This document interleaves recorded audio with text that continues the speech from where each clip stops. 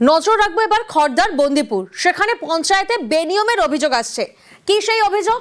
বেআইনি ভাবে এই যে তিনতলা বিল্ডিংটা হয়েছে তার প্ল্যান পাস হয়েছে বেআইনি ভাবে। অবৈধ নির্মাণের অভিযোগ কার বিরুদ্ধে? পঞ্চায়েতের বিরুদ্ধে। নিউজ 18 বাংলার প্রশ্নে আবার মেজাজ হারিয়েছেন পূর্ত কর্মাধ্যক্ষ।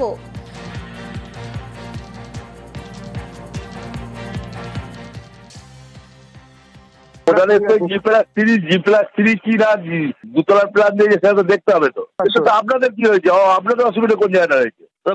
পঞ্চায়েত রেভিনিউ পাচ্ছে, পঞ্চায়েত বেনিয়ম হচ্ছে তো আপনার অসুবিধা কি আছে? বেনিয়মের কোনো ব্যাপার নেই, বেনিয়মের কোনো ব্যাপার নেই। এখানে 2 টাকা পেলে পঞ্চায়েত পেয়েছে 2 টাকা। তো বললেন পঞ্চায়েত কারোর হাতে যায়নি, কারোর হাতে যায়নি, অত গল্প নেই, বন্ধ করুন। প্রতিনিধি সুবীর এই মুহূর্তে আমাদের সঙ্গে রয়েছেন। সুবীর, পূর্ত কর্মাধ্যক্ষ তিনি এভাবে মেজাজ হারাচ্ছেন কেন? বেআইনি কাজ করবেন, উল্টে তিনি বলবেন যে আপনাদের অসুবিধা কোথায়? মানেটা কি? প্ল্যান পাস হচ্ছে কিভাবে? দেখো, একদমই কিন্তু এই জায়গাতেই প্রশ্ন। অর্থাৎ এই যে বন্দিপুর গ্রাম পঞ্চায়েতের আইন অনুযায়ী যেটা পরিষ্কার ভাবে বলা আছে যে কোন রকম ভাবে কিন্তু 3 তলা বিল্ডিং এর অনুমতি কিন্তু পঞ্চায়েত দিতে পারে না। সেই পঞ্চায়েত কিন্তু সেই অনুমতি দেয় কিন্তু জেলা পরিষদ। কিন্তু কোনো এক অজ্ঞাত কারণে পঞ্চায়েতের পক্ষ থেকে প্রধানের সই সহ সেই কিন্তু 3 তলা বিল্ডিং এর কিন্তু প্ল্যান কিন্তু পাস হয়ে গেল এবং তারপরে কিন্তু একদম মানে খুব দ্রুত সহকারে কিন্তু সেই নির্মাণ কাজ কিন্তু শুরু হলো এবং সেই নির্মাণ কাজের ছবি ধরা পড়লো আমাদের ক্যামেরায় এবং পরিষ্কার দেখা যাচ্ছে যে একদম G+2 অর্থাৎ 3 তলা বিল্ডিং এর কিন্তু কাজ চলছে। এবং এই নিয়ে যখন আমাদের কাছে পুরো নথি আসে, সেই জায়গা থেকে আমরা যখন পুরো বিষয়টি যখন আমরা যখন বিষয়টি খবর করতে যাই, তখন আমাদের সঙ্গে ফোনে যোগাযোগ আমরা করি পূর্ত কর্মাধ্যক্ষ তাপস ঘোষের সঙ্গে, যিনি বন্দিপুর পঞ্চায়েতের পূর্ত কর্মাধ্যক্ষের দায়িত্বে রয়েছেন।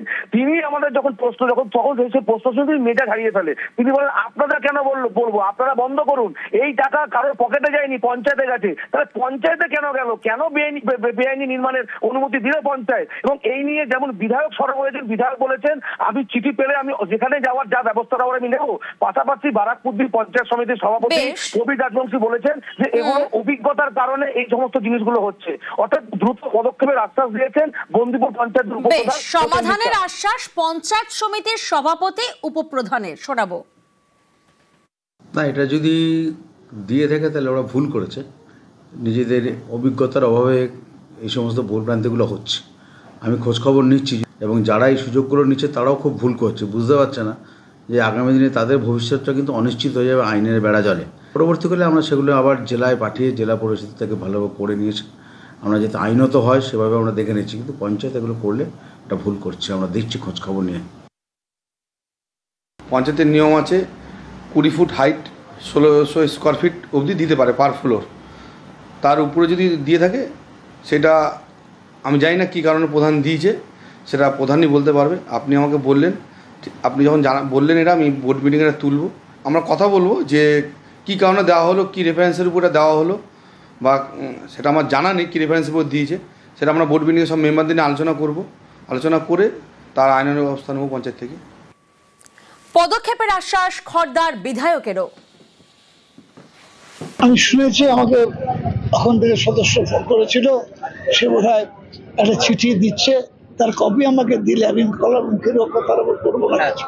কারণ আমি তো ওই এলাকার এমএলএ, একটা আমাকে কাগজ পাঠাচ্ছে, সেই কাগজটা পেলে যেখানে যেভাবে যাওয়ার